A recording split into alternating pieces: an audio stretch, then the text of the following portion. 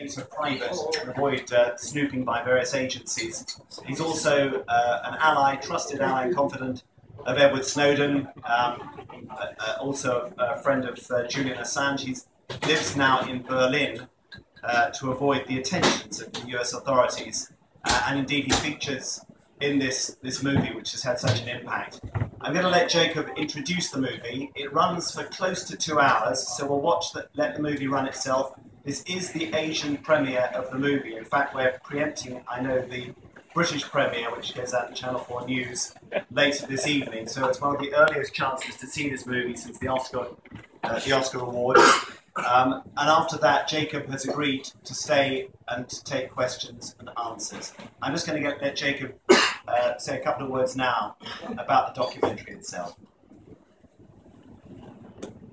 So thank you very much for having both myself and the film here. It's really quite an honor. I come to Thailand very often for scuba diving, and I really totally fantastically thrilled that we were able to show this film. I called Laura and said, you know, there's a foreign correspondents club in Thailand, and there is great need for people there, especially Americans living abroad, to understand what is happening in our country and what is happening around the world.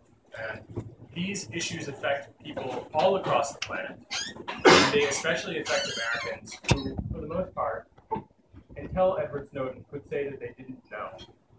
This film is helpful because it shows and helps people to understand what is happening, what has happened, and it gives us an opportunity to see that it's possible to do something about it. Edward Snowden, who I think is one of the modern heroes of our time, has suffered greatly. His sacrifice, however, does not need to be final. He does not need to stay in Russia.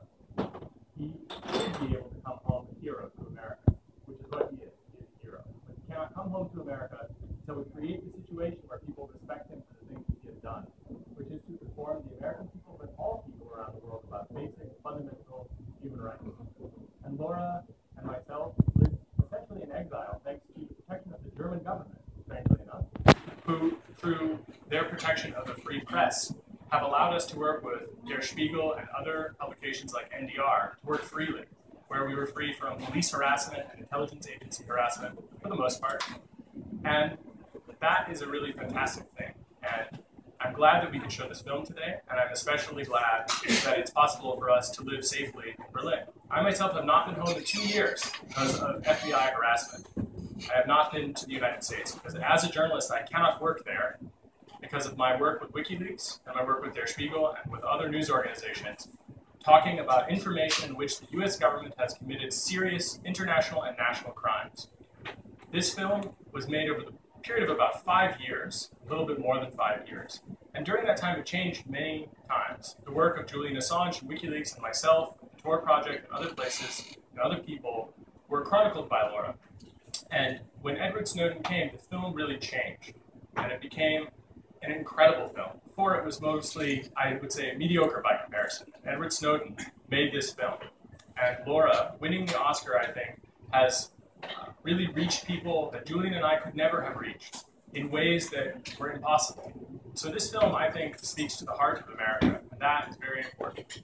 And I hope that other Americans, in this room especially, will remember that now that they've seen this film, they can't say they didn't know. So thank you very much.